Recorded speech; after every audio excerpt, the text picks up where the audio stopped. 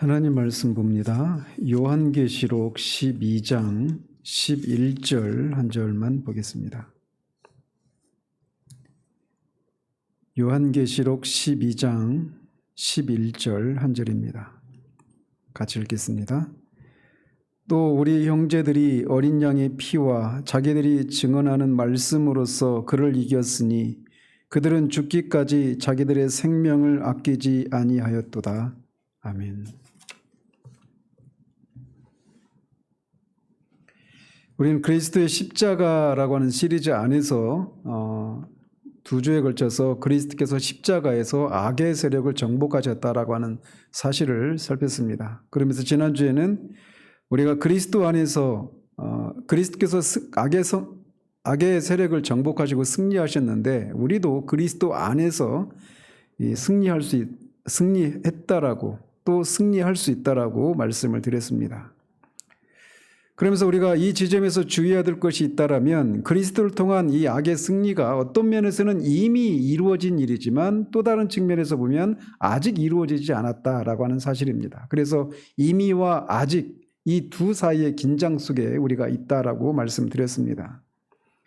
그렇기 때문에 우리가 이미 이루어진 것만을 강조하다가 승리주의로 빠지거나 또는 아직 이루어지지 않은 것만을 강조하다가 패배주의에 빠지는 그런 우를 범해서는 안 된다라고 말씀드렸습니다. 그래서 늘 이미 이루어진 것 그리고 아직 이루어지지 않은 그 사이에 우리가 균형을 잡아야 한다라고 말씀드렸습니다.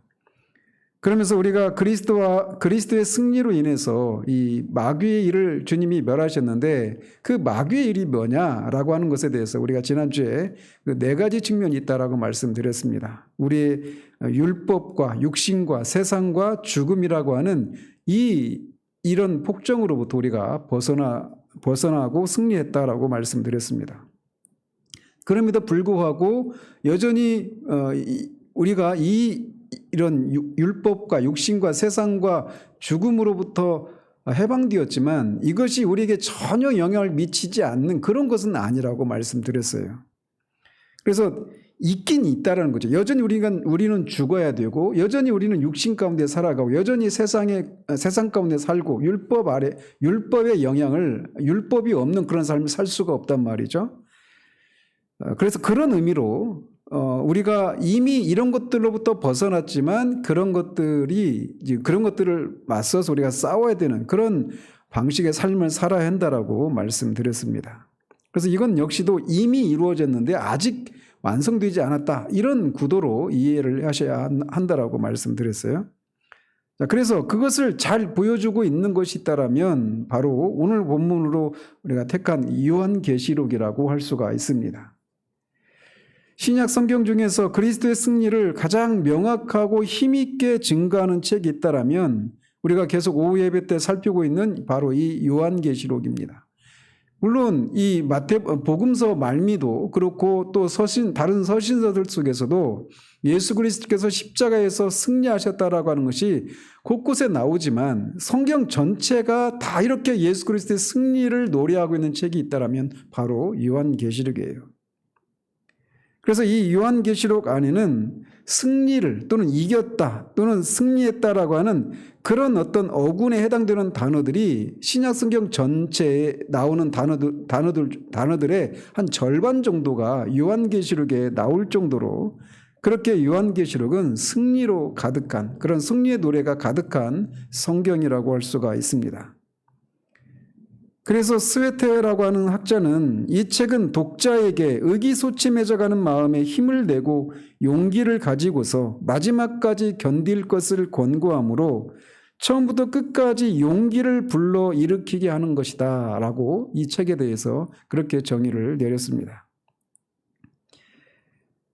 그런데 이 고대 세계에서는 전쟁에서의 승리는 인간이 아니라 자신들이 섬기는 신들에 의해서 전쟁에서 승리를 얻게 된다라고 하는 그런 생각을 가지고 있었습니다. 그래서 오직 신만이 정복자요 정복되지 않으며 정복될 수도 없다라고 하는 그런 개념을 가지고 있었단 말이죠. 그래서 이 헬라 세계, 특별히 이 헬라 세계 안에서는 승리의 여신인 니케, 여기서 나이키라고 하는 단어가 그 메이커가 여기서 나오는 거죠. 그래서 이 승리의 여신인 니케라고 하는 이 신이 그렇게 인기가 있었던 이유가 바로 여기에 있습니다. 그런 면에서 요한계시록에서 예수님을 승리자로 묘사하고 있는 것은 헬라 세계가 승리의 여신이라고 섬겼던 니케와 의도적으로 대비하고 있는 그런 것이라고도 말할 수가 있습니다. 그래서 요한계시록을 우리가 오늘 대략적으로 이 구조를 간략하게 살피면서 이 그리스도 안에서 이루어진 그 승리가 어떤 것인가, 그리고 우리는 그 승리를 우리의 삶 가운데서 어떻게 실제로 성취할 수 있는가, 이거를 살피려고 하는 겁니다. 그래서 이 요한계시록을 살피면서 서론 부분에서도 말씀을 드렸지만 이 책은 도미티안 황제 치하 때 쓰여진 책이라고 우리가 알고 있습니다. 그러면서 그것을 쓰게 된 배경은 이 도미티안 황제 때부터 이제 이 조직적인 그런 교회에 대한 박해와 황제 숭배를 강요하는 그런 어려움들이 계속 점증해 가고 있었던 그런 시기였습니다. 그렇기 때문에 황제 숭배를 거부함으로써 그리스도인들은 다른 사람들이 겪지 않는 그런 박해를 겪고 있었던 상황이었습니다. 그래서 요한계시록을 기록한 목적은 바로 그런 상황 가운데 있는 황제 숭배를 강요받는 그런 상황 속에서 오직 하나님만이 주이시기 때문에, 하나님만이 살아계신 하나님이시기 때문에 황제를 주라고 섬길 수 없는 그 신앙을 지키려다가 순교를 당하기도 하고 경제적인 그런 결핍을 가난함을 겪기도 하고 여러 가지 그런 핍박을 받고 있는, 또는 교회의 이 황제 숭배 사상을 또는 다른 어떤 거짓된 그런 가르침과 어떤 이세벨 선지자를 통해서 교회 안에 들어왔던 도덕적인 문란함들, 이런 것들을, 이런 공격에 처해 있는 교회에게 너희들이 지금 겪는 일들이 무엇인지, 왜 이런 일들이 일어나고 있는지, 그리고 그런 것들의 배후에는 무엇이 있는가를 묵시의 형식으로 보여주고 있는 책이 요한계시록이라고 할 수 있습니다. 그렇기 때문에 이 요한계시록의 형식이 묵시적인 그런 성격을 가지고 있고 계시와 또 서신의 그런 성격 모두를 다 가지고 있는데, 묵시라고 하는 것은 감추어져 있는 것이 이렇게 드러나는 것. 커튼을 거두면 그 커튼 뒤에 있는 그런 것들이 이렇게 드러나는 것처럼 그런 책이라는 거죠. 그래서 우리 눈에 보이는 현실은 교회가 세상으로부터 공격을 받고 믿음으로 그 세상의 그런 박해나 어떤 유혹이나 또는 거짓 가르침에 맞서서 싸우는 이 눈에 보이는 현실은 그것인데, 그 커튼을 열어서 그 배후에 그리스도와 사탄이, 어린 양과 용이 그렇게 영적인 싸움을 싸우고 있고, 그 두 세력 간의 그 싸움이 보이는 이 땅에서, 이 지상에서 교회와 세상 간의 싸움으로 나타나고 있는 것이다 라고 하는 것을 보여주고 있는 겁니다. 그리고 이 싸움은 주님의 재림 때까지 지속되는데, 이 계시록에서는 이 싸움을 여러 가지 환상과 상징을 통해서, 상징적인 숫자나 어떤 상징적인 어떤 그런 짐승이나 이런 여러 가지 상징적인 그런 기법을 통해서 그런 싸움을 보여주고 있는 겁니다. 따라서 이런 싸움이, 즉 그리스도와 사탄과의, 어린 양과 용과의 그런 싸움이, 그 싸움을 환상과 여러 가지 상징으로 묘사하고 있기 때문에 그것을 해석하는 그런 방법이 여러 가지가 존재하게 되어서 굉장히 해석하기 어려운 책으로 그렇게 알려진 책이 요한계시록입니다.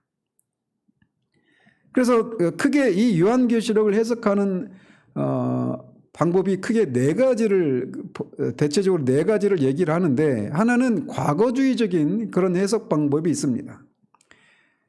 과거주의적인 해석 방법의 그 유래는 이 종교개혁의 반동 종교개혁이라고 했던 예수회의 한 사제가 과거주의적인 방법으로 이 요한계시록을 해석을 했습니다. 그래서 그의 주장에 따르면 이 요한계시록에 기록된 것은 짧게 보면 AD 70년, 즉 예루살렘 성전이 파괴되었던, 디도 장군에 의해서 파괴되었던 그때 이미 다 성취된 그런 것을 기록해 놓아서 그런 과거에 이루어진 그런 역사적인 사실을 통해서 우리에게 교훈하기 위한 책이다, 이렇게 해석을 했어요. 그리고 또 길게 보자면 313년 콘스탄틴 대제에 의해서 이 가톨릭 기독교가 인정되는 그 시대까지 이미 성취되었다, 이렇게 얘기를 하는 겁니다. 그런데 이 말씀드린 것처럼 반동 종교개혁 운동이었던 예수의 사제가 그렇게 요한계시록을 해석했다라고 하는 것에 시사점이 있습니다. 왜 그러느냐? 당시 이 종교개혁자들은 이 성경에 나오는 그런 바다에서 올라온 짐승 또는 땅에서 올라온 짐승, 이런 것이 다 로마 카톨릭 교황이다라고, 그렇게 적그리스도가, 교황이 적그리스도라고 그렇게 해석을 했습니다. 그런 공격을 받는 입장에 있던 카톨릭의 입장에서 보면 이 교황제도는 6세기 때부터 생겨났거든요. 그러니까 이들의 주장에 따라서 그 교황이 적그리스도일 수가 없다라는 겁니다. 과거주의적으로 해석을 하면 이미 교황제도가 생겨나기 전에 이미 이 요한계시록은 다 성취된 것이기 때문에, 그래서 과거주의적인 해석 방법이 이렇게 유리하게 된 것이죠. 그리고 또 다른 부류는 이 성경을, 요한계시록을 역사가 진행되는 과정 가운데 이게 순차적으로 일어나는 일들을 이렇게 상징과 환상으로 그렇게 기록해 놓았다, 이렇게 말을 하는 겁니다. 그래서 그들의 주장에 따르면 이 요한계시록에 일어나는 사건들은 다 시간의 순서를 따라서 일어나는 어떤 사건들을 상징으로, 환상으로 이렇게 묘사하고 있다는 거예요. 그러니까 그들은 성경을 항상 이 세계 역사 속에서 일어나고 있는 어떤 역사적인 사건이 요한계시록에 나오는 어떤 장면과 일치되는지, 늘 그런 식으로 요한계시록에 나오는 상징과 그런 환상을 그런 식으로 해석하려고 합니다. 근데 그런 식으로 해석을 하면은 어떤 지식이 먼저 전제를 하고 있어야 요한계시록으로부터 유익을 얻을 수 있느냐면, 세계사에 대한, 세계 역사에 대한 이해가 있어야만 이 요한계시록이 뭐라고 말하는지를 이해할 수 있는 그렇게 되는 것이죠. 그런데 우리가 알다시피 이 초대교회 이 사람들은 대부분 노예들이었습니다. 이 교인들이. 그리고 언제나 복음이 들어가던 그런 역사를 돌아보면 언제나 그 사회의 가장 하층이라고 할 수 있는 그런 사람들이 복음을 그렇게 받아들이고 그렇게 교회가 시작된단 말이죠. 근데 그런 사람들이 세계 역사에 대한 그런 지식을 가질 수가 없잖아요. 그렇기 때문에 역사적인 그런 해석 방법도 요한계시록을 해석하는 적절한 그런 방법이 아니다라고 말할 수밖에 없는 겁니다.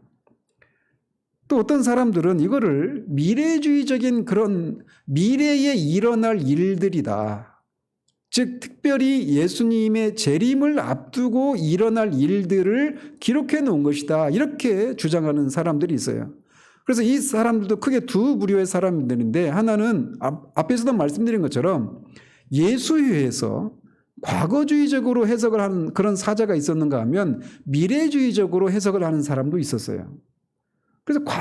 그래서 여기에서 일어나는 일들은 다 미래, 주님의 재림을 앞두고 일어나는 일이기 때문에 당시 종교개혁자들이 로마 교황을 적그리스도라고 말하는 것은 합당하지 않다라는 겁니다. 그들의 공격을 피해가기 위해서 주님의 재림을 앞두고 일어날 그런 미래에 일어날 일이다, 이렇게 해석을 했던 거예요. 또 한 부류가 있다라면, 제가 오후에도 계속 말씀드리는 것처럼 세대주의자라고 불리는 그런 사람들입니다. 그들은 이 1장에서 3장까지가 교회 시대까지의 얘기고, 이제 4장 1절부터는 이 3장과 4장 사이에서 교회가 휴거를 하고, 그 공중 재림한 주님을 맞이하러 교회가 휴거를 하고 다시 주님과 함께 혼인잔치를 하기 위해서 7년 동안 그렇게 천국으로 돌아가서 거기에 혼인잔치를 하고 있는 동안에 땅에 남아있는 사람들에게 일어나는 일들을 기록해 놨다, 이렇게 얘기를 합니다. 근데 그렇게 또 주장을 하면 당시 이 편지를 받고 있는 사람들에게는 지금 당장 주님을 믿는 것 때문에 핍박을 받고 어려움을 겪고 있는데 먼 훗날 주님의 재림을 앞두고 일어날 이런 일들이 지금 당장 그들에게는 위로가 되지도 않고 힘을 얻을 수도 없게 된단 말이죠. 그래서 뭐 그들의 해석에 대해서는 제가 이제 요한계시록을 한 절 한 절 강의하면서 더 말씀을 드리겠지만, 이런 일반적인 그런 원리를 적용해도 미래주의적으로 해석을 하는 것은 요한계시록을 바르게 해석하는 것이 아니게 됩니다. 그래서 이 요한계시록은 그 주님의 재림을 앞둔 그 마지막 세대에게만 해당되는 그런 책이 되고 말아요. 그들의 주장에 따르면. 요한계시록이 그런 목적으로 주어진 게 아니란 말이죠. 모든 시대에 이 편지를 받고 있는 당대에 이 실제 존재했던, 소아시아에 존재했던 그 7교회를 포함한 주님의 재림을 앞둔 그 모든 교회, 그 시대의 교회들에게 주님이 이것을 말씀해 주셨단 말이죠. 그래서 그런 방식으로 해석하는 방법이 있는데, 제가 우리 교회에서 제가 따르고 있는 그런 해석 방법이라고 할 수가 있습니다. 그래서 이 계시록을 주님의 초림과 재림 사이에 그 모든 역사를, 이런 역사 속에서 일어날 일들을 이렇게 반복적인 방식으로, 그 환상과 상징을 통해서 반복적으로 이렇게 강조하는 그런 방식으로 기록을 해 놓은 것이 요한계시록이다, 이렇게 말을 하는 겁니다. 그래서 이미 여기에서 일어난 그 예언된 것들은 이미 역사 속에서 일어난 성취된 일도 있고, 또 이미 성취된 일인데 그게 강도를 더해서 또 반복되어서 나타나기도 하는 것이란 말이죠. 그래서 그렇기 때문에 이 요한계시록이 모든 시대에 다 적용될 수 있는 그런 성경으로 우리에게 주어졌다라고 하는 것이 지금 우리 교회에서 제가 전하고 있는 그런 방식이라는 거예요. 그래서 이 책을 이렇게 구조를 잠깐만 이렇게 간략하게 말씀을 드리면, 1장에서는 예수 그리스도를 소개하고 있는데, 예수 그리스도를 죽은 자들 가운데서 먼저 나신 분, 땅의 임금들의 머리, 처음이요 나중인 자, 산자라고 이렇게 소개를 하고 있습니다. 그래서 그런 명칭들을 정당화하기 위해서 그 주님을 죽은 자 가운데서 다시 살아나시고 승천하시고 영화되셔서 통치하시는 주님으로 소개하면서 1장을 시작을 합니다.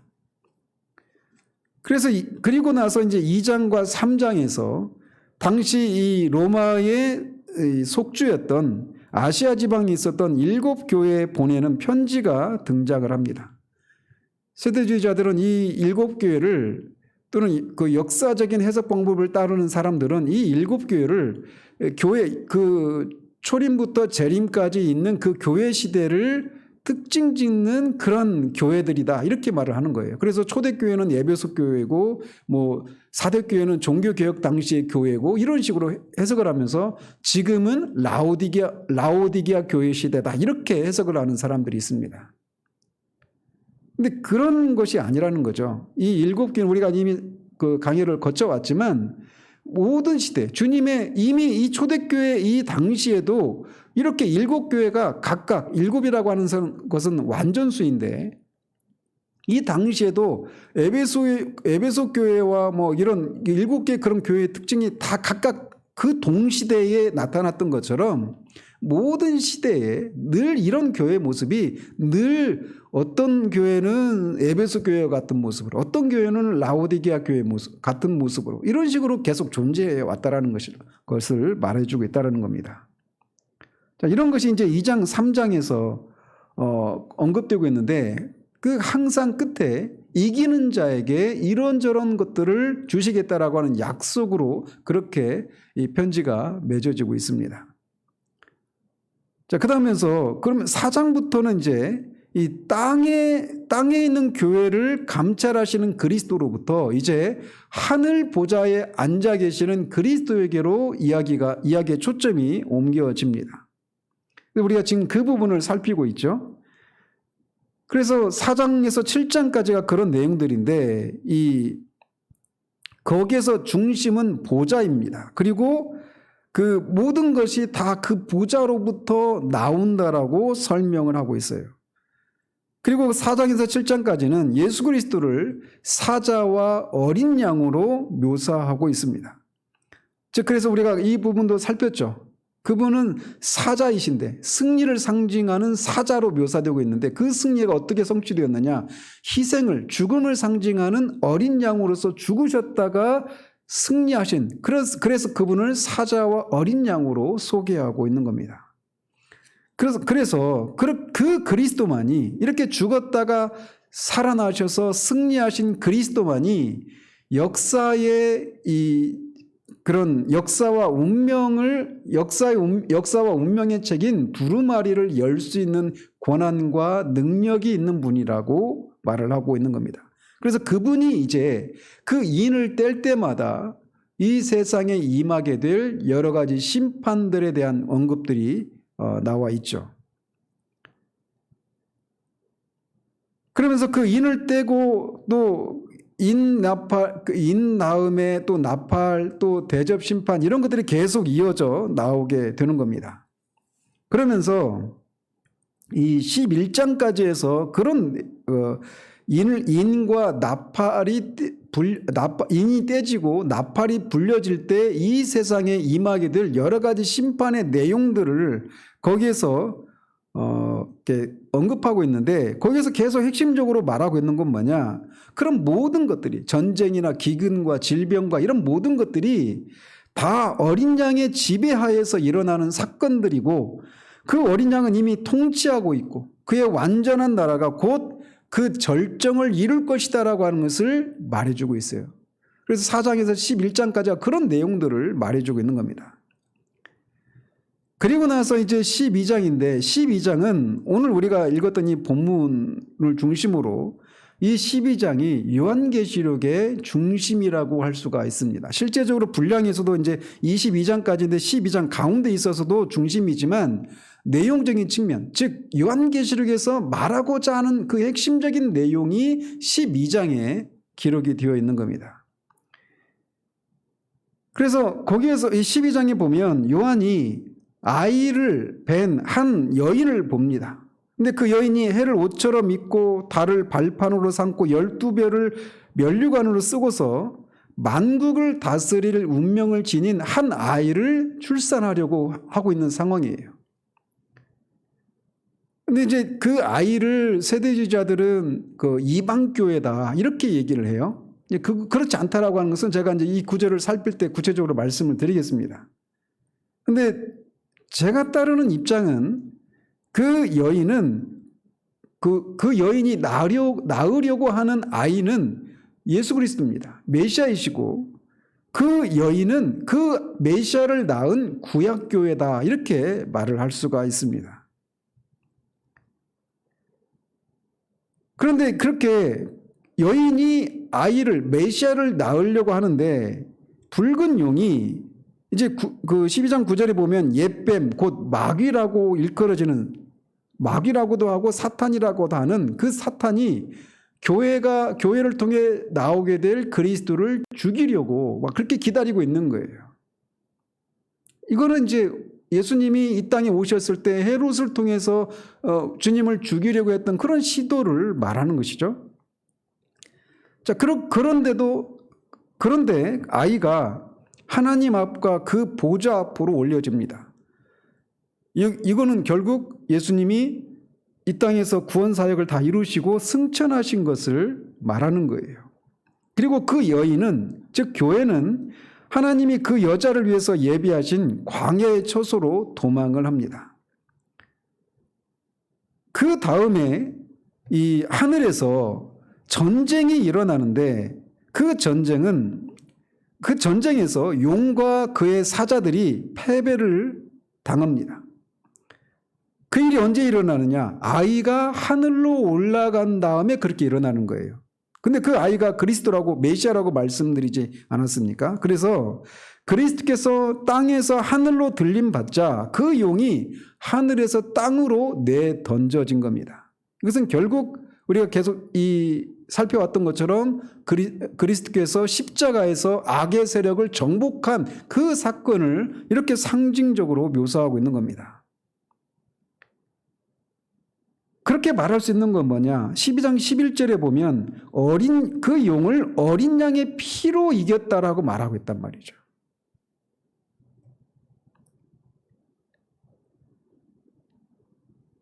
그리고 그런데 그렇게 쫓겨난 마귀가, 하늘에서 쫓겨난 마귀가 12장 12절에 보면 자기 때가 얼마 남지 않은 줄을 알고 크게 분내서 너희에게 내려갔다 이렇게 말하고 있어요. 즉 여기서 지금 뭘 말해주고 있느냐? 지금 그 2장 3장에 있는 7교회, 지상교회가 핍박을 받고 있잖아요. 눈에 보이는 현실은 로마 제국으로부터 핍박을 받고 있습니다. 그리고 황제 숭배를 강요당하고 있어요. 그리고 어떤 그런 세상의 유혹, 이세벨과 같이 또는 발람의 교훈을 따르는 그런 사람들과 같이 교회 안에 들어와 있는 어떤 도덕적인 그런 타락을 종용하고 있는 그런 것으로 지금 공격을 받고 있는 겁니다. 그래서 교회는 물리적인 핍박과 거짓 선지자라고 일컫는 그런 사람들, 그 다음에 이 이세벨로 대표되는 그런 도덕적인 그런 세상적인 도덕적인 그런 유혹을 통해서 타락시키려고 하는 이 세 가지 방식의 공격을 받고 있단 말이에요. 눈으로 보이는 것은 다 그 사람들에 의해서, 로마 제국에 의해서 그렇게 핍박을 받고 있는 겁니다. 그런데 12장에서는 그 배후가 그런 일들의 배후에 뭐가 있는지, 사탄이 있다라고 하는 것을 12장에서부터 이제 보여주고 있는 겁니다. 그래서 마귀는 패배해서 그 권좌에서 쫓겨나는 겁니다. 그런데 쫓겨났지만 그가 활동을 완전히 멈춘 건 아니에요. 그래서 지난주에 말씀드린 것처럼 이미 이겼지만 아직 완성되지 않았다라고 말하는 것이 바로 이런 이유죠. 그래서 사탄은 자기 임박한 종말을 알기 때문에 더욱더 분을 내고 이 지상에 남아있는 교회를 핍박하고 무너뜨리려고 하는 세 가지 방식의 그런 공격을 한다라는 겁니다. 그런 이유로 너희들이 지금 이 지상에서 핍박을 받기도 하고 유혹을 받기도 하고 거짓 그런 가르침에 노출되는 그런 위험 앞에 그렇게 노출되었다라고 설명을 해주고 계신 거예요. 그래서 이미 하늘에서 십자가에서 마귀에 대한 승리가 이미 이루어졌지만, 획득되었지만 여전히 교회가 그와 맞서서 싸워야 되는 이유가 바로 여기 있는 거라는 거죠. 그러면서 마귀가 이렇게 교회를 핍박하기 위해서, 교회와 싸우기 위해서 그가 동원하는 새 동맹체가 있다는 겁니다. 새 동맹군이 있다는 거예요. 그 동맹군이 뭐냐? 첫 번째 동맹은 13장에 나오는 것처럼 바다에서 올라온 짐승이 있습니다. 그리고 땅에서 올라온 짐승이 있고 바벨론이라고 하는 여인이 있어요. 이 세 동맹자가 있다는 겁니다. 딱 이게 바다에서 올라온 짐승, 땅에서 올라온 짐승,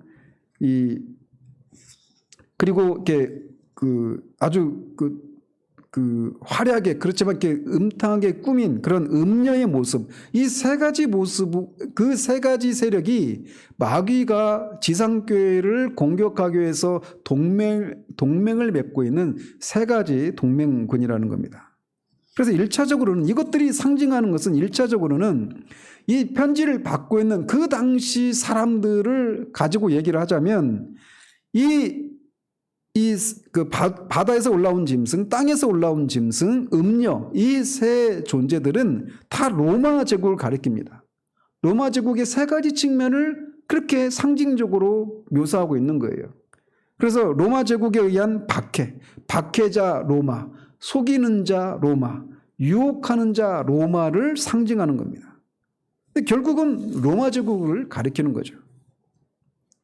그래서 요한은 첫 번째로 13장에서 바다에서 올라온 짐승을 봅니다. 근데 그 짐승은 12장에 나오는 주님, 하늘에서 쫓겨난 그 종, 마귀, 사탄과 똑같이 7개의 머리와 10개의 뿔을 가지고 있습니다.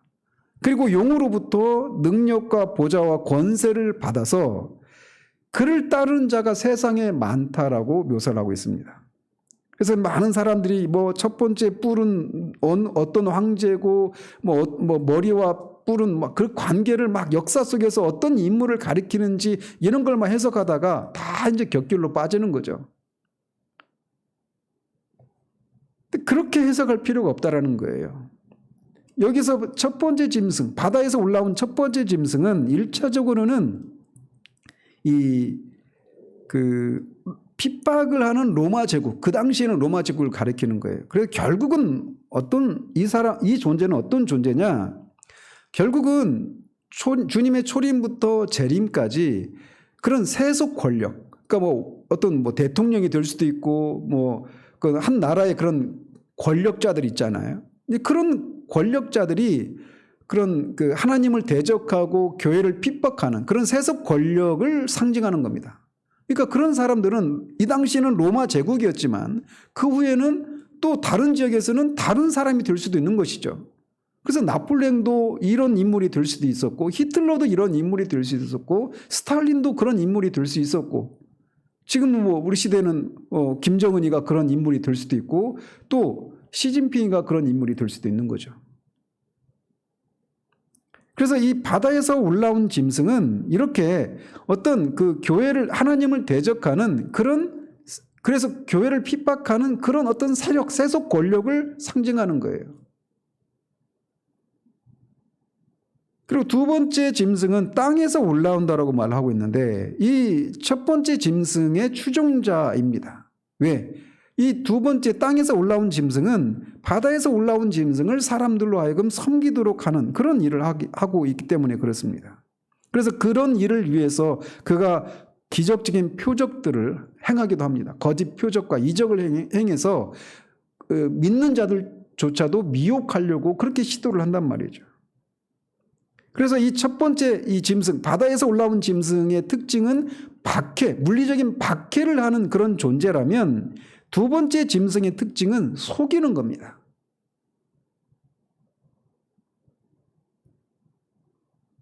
그래서 이 두 번째 짐승에 의해서 첫 번째 짐승에게 경배하도록 강요를 받아요. 이 당시는 황제 숭배였겠죠. 그러면서 짐승의 표를 받도록 강요를 합니다. 그러면서 이 짐승의 표가 없으면 세상 일을 매매를 못하니까 경제활동을 못하게 된단 말이죠. 그러면서 이 두 번째 짐승을 19장에 보면 거짓 선지자 이렇게 말을 하고 있어요. 그래서 이 요한 당시에는 땅에서 올라온 두 번째 짐승은 황제 숭배를 강요하는 그런 사람을 거짓 선지자로 거짓 선자를 가리키지만 우리 시대에는 이것이 어떤 식으로 이런 이 땅에서 올라온 짐승은 우리 시대는 어떤 식으로 나타나느냐? 거짓된 종교 또는 이데올로기, 공산주의도 마찬가지죠.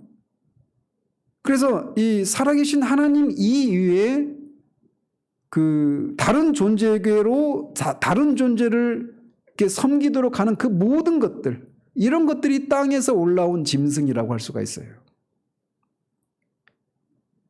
그리고 그 하늘에서 쫓겨난 그 용의 세 번째 동맹자는 17절에 보면 17장에 가면 큰 음녀라고 그렇게 소개를 하고 있습니다. 여기서 큰 음녀라고 말했던 이 여자는 1차적으로는 당신은 로마를 가리킵니다. 왜냐하면 그녀는 큰 성 바벨론, 땅의 임금들을 다스리는 큰 성, 그리고 결정적으로 7산 위에 위치한 성이기 때문에 그래요. 당시 로마는 7개 언덕이 있었거든요. 그래서 여기서 이 음료로 상징되는 것을 통해서 교회를 핍박하는 방식은 뭐냐? 도덕적인 타락이었습니다. 그래서 그녀는 붉은 짐승을 타고 자색빛과 붉은빛 옷을 입고 금과 보석과 진주로 꾸미고 있고 가증한 물건과 그의 음행에 더러운 것들이 가득한 금잔을 손에 들고 있습니다. 그래서 이 음행을 하도록 하는 거예요. 그러면서 그 음행이 뭐 꼭 성적인 부도덕만을 가리키는 것만은 아닙니다. 그걸 포함해서 영적인 우상숭배도 다 포함하는 것이죠. 그래서 이게 이 용이 교회를 지상에 남아있는 교회를 공격하는 세 가지 존재. 이 바다에서 올라온 세속 짐승, 세속 권력자죠. 교회를 핍박하는. 땅에서 올라온 짐승은 거짓 선지자라고 그 19장에서 말하고 있기 때문에 이거는 거짓 종교나 어떤 신비 종교나 이런 것들입니다. 사이비 종교나 이런 것들이죠. 그리고 이런 것들이 이 요한이 그 요한계시록을 기록했을 당시뿐만 아니라 이런 것들이 계속 역사가 흘러가면서 계속 교회가 존재하는 그 지역에 따라서 계속 다양한 방식으로 나타났었다는 것이죠. 주님이 오시기 전 그 마지막 때에만 갑자기 나타나는 것이 아니란 말이죠. 이게 17장까지 이 교회를 핍박하는 용의 그런 동맹자들에 의해서 교회가 그렇게 핍박을 받는다라고 하는 것을 말해주고 있는 거예요. 그러면서 18장과 19장에서는 큰 성 바벨론이 멸망하는 것을 보여줍니다. 근데 그 멸망이 어떻게 이루어지느냐? 19장에 있는 것처럼 승리자 되시는 그리스도가 백마를 타고 와서 공의로 심판하는 것을 통해 그것이 성취된다라고 하는 것을 말해주고 있습니다. 그리고 이제 20장부터 22장까지는 이제 논쟁이 되고 있는 그런 1000년 동안 왕노릇하는 이런 것에 대한 얘기가 있고 사탄과 그 죽음이 최후의 멸망을 하게 되고 새 하늘과 새 땅이 열리게 되어서 그 땅에서는 죄도 없고 눈물도 없고 어떤 고통도 없다라고 하는 이런 것을 말해주고 있는 겁니다. 이게 요한계시록에서 상징을 통해서 우리에게 말해주고 있는 대략적인 내용들이에요. 그런데 말씀드린 것처럼 마귀의 전략, 즉 교회를 공격하는 마귀의 전략은 바뀌지 않았다는 겁니다. 핍박을 통해서든지 거짓 종교를 통해서든지 아니면 어떤 도덕적인 타락을 유발하는 그런 유혹을 통해서든지 이런 세 가지 이런 이 전략은 시대를 따라서 다양하게 이렇게 나타난다는 것이죠. 그래서 당시 교회, 이 요한계시록이 기록되었던 그 당시의 로마 제국은 이미 오래전에 사라졌지만 여전히 박해하고 속이고 타락시키는 다른 세속 권력들이 계속 로마 제국을 대신해서 일어났고 그 세속 권력자들 중에 하나님을 대적하는 어떤 세속 권력자들은 교회를 핍박하는 그런 일이 일어나게 되었다는 것이죠. 그래서 오늘날도 뭐 힌두교 국가나 또는 뭐 이슬람교 국가나 북한이나 중국 같은 그런 공산 국가에서는 여전히 이런 일들이 지금도 벌어지고 있는 겁니다. 그래서 거기에 있는 사람들은 이런 세속 권력에 의해서 복음을 믿는 것을 예수 그리스도를 믿기 위해서는 때로는 자신의 목숨을 담보로 해야 되는 그런 일도 있고 예수를 믿게 되면 경제적으로 어려움을 겪게 되는 그런 일들이 지금도 자행되고 있는 거예요. 물론 주님이 오시기 전에는 더 큰 환란이라고 불리는 그런 큰 환란이 있을 겁니다. 지나간 얘기가 아니라는 거고 먼 미래 주님의 재림을 앞둔 그때만 일어난 일이 아니라 초림에서 재림까지 그 사이에 계속해서 이런 세력들이 일어났었다는 것이죠. 그리고 땅에서 올라온 짐승 또는 그 거짓 선지자 경우도 마찬가지로 여전히 다른 종교, 새로운 신비 종교, 세속적인 이데올로기, 오늘날 같은 경우는 뉴 에이지 또는 뭐 종교다원주의 이런 것들이 지금 이 땅에 올라온 짐승으로 묘사할 수가 있는 것이죠. 그래서 그 책이 절판된 책인데 나는 사탄의 멸망을 믿는다라고 하는 책에서 그 저자 마이클 그린이 신비 종교의 열광과 사이비 종교에 관해요. 그 책에서 2장에 걸쳐서 다루면서 이 두 가지 신비 종교의 열광과 사이비 종교 이 두 가지가 아직까지도 사탄의 무장 가운데서 가장 강한 무기에 속한다라고 주장을 합니다. 오늘날도 이런 이단이나 사이비 종교들이 그런 어떤 땅에서 올라온 짐승에 해당되는 거예요. 그걸 통해서 교회를 핍박하는 거죠. 큰 음료에 대해서 말하자면 이 전통적인 기독교적인 그런 가치와 도덕 체계를 무너뜨리는 것이 큰 음료가 지금도 교회를 공격하는 한 방식이라고 할 수가 있어요. 우리 시대를 가지고 얘기한다면 인간 생명을 경시하는 낙태합법화 또는 안락사. 우리나라는 아직도 이제 그게 아직 초기이지만 이미 서구권에서는 안락사, 인간의 존엄사라고 그렇게 명칭을 바꿔서 그렇게 부르죠. 이런 것도 지금 교회의 어떤 기독교적인 그런 가치관, 인간의 생명을, 하나님의 형상으로 지음받은 인간의 생명을 경시하는 그런 그 도덕적인 타락을 그렇게 강요하고 있는 것이죠. 또는 전통적인 결혼과 가족 제도를 무너뜨리는 여러 가지 제도들, 예를 뭐 동성애랄지, 우리 시대도 차별금지법이랄지, 뭐 여러 가지 젠더 이슈들. 이번에 어떤 그 대선 후보가 남녀 구분이 없는 그런 화장실을 만들겠다고 공약을 내세웠어요. 그런 일들이 지금 벌어지고 있단 말이죠. 물질 만능주의, 마약과 성해방과 쾌락주의 이런 것들이 다 교회를 무너뜨리려고 하는 이 큰 음료에 해당되는 그런 것들이라고 할 수가 있어요. 그래서 요한계시록에서 말하고 있는 것은 예수 그리스도께서 사탄을 이기셨다. 그거를 말해주고 있는 것이 12장이에요. 요한계시록 12장. 그리고 앞으로 언젠가는 그거를 완전히 파멸시킬 것이다. 이게 이제 19장에서 나오는 겁니다. 그래서 1차적으로는 이 묵시를 받고 있는 초대교회뿐만 아니라 주님의 재림 때까지 여기 지상에 있는 교회들이 세상으로부터 핍박이나 속임이나 유혹을 통한 타락을 조장하는 이런 다양한 공격이 있을 것이다 라고 말해주고 있는 거예요. 그러면서 동시에 그 싸움은 이미 승리가 보장된 싸움이다 라고 말을 하고 있는 겁니다. 그렇기 때문에 요한계시록에서 말하고 있는 것은 사도 바울이 로마서 8장 35절에서 39절에서 말하고 있는 것과 일맥상통하는 거예요.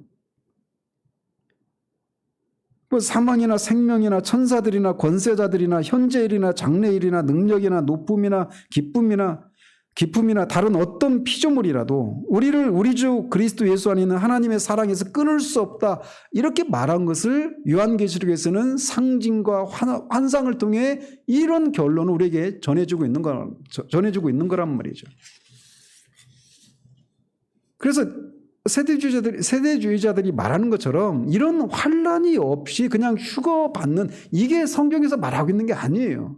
이런 것이 분명히 있어요. 우리를 하나님의 사랑에서 그리스도를 통해 나타난 하나님의 사랑에서 끊으려고 하는 그 수많은 기근이나 핍박이나 장래일이나 현재일이나 이런 모든 것들이 있단 말이죠. 그런데도 우리를 그 사랑에서 끊을 수 없다는 거예요. 왜? 그리스도께서 그 악의 세력을 십자가에서 정복하셨기 때문이라는 겁니다.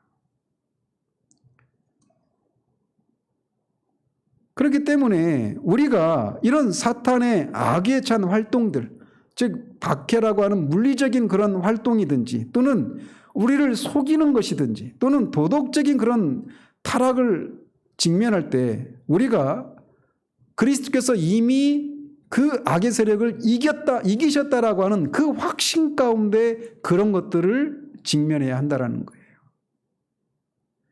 그렇다면 결론적으로 우리는 어떻게 그리스도의 승리 안으로 들어가고 사탄의 세력을 실제적으로 이길 수 있는가? 그건 크게 두 가지로 말을 할 수가 있습니다. 하나는 뭐냐? 결론적으로 말씀드리면 마귀를 대적하는 겁니다. 마귀를 대적하라고 성경은 우리에게 말해주고 있어요. 너희는 믿음을 굳건하게 하여 그를 대적하라. 마귀를 대적하라. 그리하면 너희를 피하리라. 우리가 마귀를 대적할 수 있는 것은 우리가 마귀를 이길 수 있는 힘이 우리에게 있기 때문이 아닙니다. 마귀가 십자가에서 예수 그리스도를 통해서 결정적인 패배를 당했기 때문에 그런 거예요. 그 그리스도의 권능의 승리의 근거에서 우리가 그리스도의 이름으로 마귀를 대적하면 마귀가 피하고 물러난다는 것입니다. 겉으로 드러나는 그런 세속 권력을 통해서 또는 거짓된 종교를 통해서 음녀라고 일컬어지는 그런 도덕적인 타락의 방식으로 우리를 공격하여 올 때 우리가 마귀를 대적해서 물리칠 수 있다는 거예요. 그런 방식으로 우리가 그리스도의 승리에 동참할 수 있다. 이렇게 말을 해주고 있는 겁니다. 두 번째 결론은 뭐냐? 우리가 이 승리 어떻게 그 그리스도의 승리에 우리가 어떻게 참여할 수 있느냐? 예수 그리스도를 선포해야 하는 겁니다. 즉 다른 말로 말하면 그리스도의 십자가의 복음을 전하는 거예요. 십자가를 전파하는 것이 하나님의 능력입니다.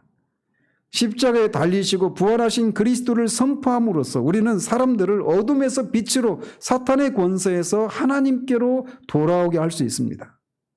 그렇게 되면 사탄의 나라는 점점 쪼그라들고 하나님의 나라는 점점 확장되어 가는 거예요. 그래서 지지난주도 말씀드린 것처럼 그리스도의 승리는 십자가에서 성취되었지만 우리가 성령의 능력을 힘입어 복음을 전하고 그 복음을 듣고 그들이 회심할 때 하나님의 나라가 점점 확장된다라고, 그리스도의 승리가 확장된다라고 말씀드렸던 것이 바로 여기 있는 것입니다. 그래서 우리는 두 가지예요. 이 그리스도의 승리에 동참하는 방식은 마귀를 대적하는 것이고 그리스도의 십자가의 복음을 전해서 그들을, 사탄에 속했던 자들을 하나님의 나라, 하나님의 아들의 나라로 돌아오게 하는 그런 일들을 통해서 마귀를 물리치고 그리스도의 승리에 동참할 수 있게 된다는 겁니다. 그거를 이렇게 상징과 환상으로 우리에게 보여주고 있는 책이 요한계시록이에요. 그 승리가 어디에서 이루어졌느냐? 바로 십자가에서 이루어졌다는 겁니다. 그렇기 때문에 우리가 이 땅에서 요한계시록 하면서 강의하면서 계속 말씀드리겠지만 이 땅에서 우리가 경건하게 살고자 하면 이 사도 요한도 마찬가지로 복음을 전하는 것 때문에 하나님과 그의 말씀을 인해서 그렇게 유배를 당하기도 하고 때로는 죽기도 하고 경제적인 그런 활동을 제대로 못해서 어려움을 겪기도 하고 그런 일이 있겠지만 그들이 그런 속에서도 소망을 품게 하는 것은 이 모든 것을 한꺼번에 피할 수 있도록 우리가 휴거를 할 것이다라고 하는 그런 소망 때문에 견디게 한 것이 아니라 이미 그런 것들이 왜 우리에게 그런 일이 일어나느냐? 악한 자가 그리스도의 승리에서 전투에서 패배해서 이 땅에서 내려왔고 그의 날이 얼마 남지 않았기 때문에 계속해서 그렇게 교회를 핍박하고 있기 때문에 우리가 그런 일들을 당하고 있고 그럼에도 불구하고 우리가 그를 대적하고 이길 수 있다는 겁니다. 그리스도의 승리, 십자가에서의 승리를 통해서. 그러나 최종적인 승리는 주님이 오심으로, 그래서 사탄과 죽음과 사망을 다 불못에 던지는 것을 통해 최종적인 그런 승리가 임하는 것입니다. 기도하겠습니다. 하나님 아버지, 요한계시록만큼 그리스도께서 십자가에서 승리하셨고 또 우리가 그 승리에 동참할 수 있다라고 하는 것을 힘있게 말해주고 있는 책이 없음을 다시금 이 시간 짧게나마 요한계시록을 살피면서 또 돌아보았습니다. 요한계시록을 받았던 그 당시 성도들이 자신들에게 왜 이런 일들이 일어나는지, 그리고 과연 하나님은 살아계시고 우리의 상황을 돌아보시는지에 대한 그런 회의가 일어났을 법한 그런 상황 가운데 주께서 주의 종을 통해서 그렇게 묵시를 통해 이 지상에 남아있는 교회가 겪게 되는 그 이유, 그리고 그것을 그 교회를 핍박하는 세상의 배후에 있는 그 세력들이 무엇이고 그들의 궁극적인 결말을 보여주심으로 주님을 섬기는 그 길에서 끝까지 인내하고 이기는 삶을 살 것을 촉구했던 것처럼 우리도 동일하게 이 시대에 우리가 여전히 그런 사탄의 다양한 그런 전략을 통해서 공격을 받고 있다라는 사실들을 볼 수 있도록 도우시고 그것을 마귀를 대적하고 또 십자가의 복음을 전하는 것을 통해서 우리도 그리스도의 승리에 동참할 수 있음을 실제로 아는 우리는 그런 우리들, 그래서 이기는 자들 될 수 있도록 주님 도와주시기를 원합니다. 예수 그리스도의 이름으로 기도합니다. 아멘.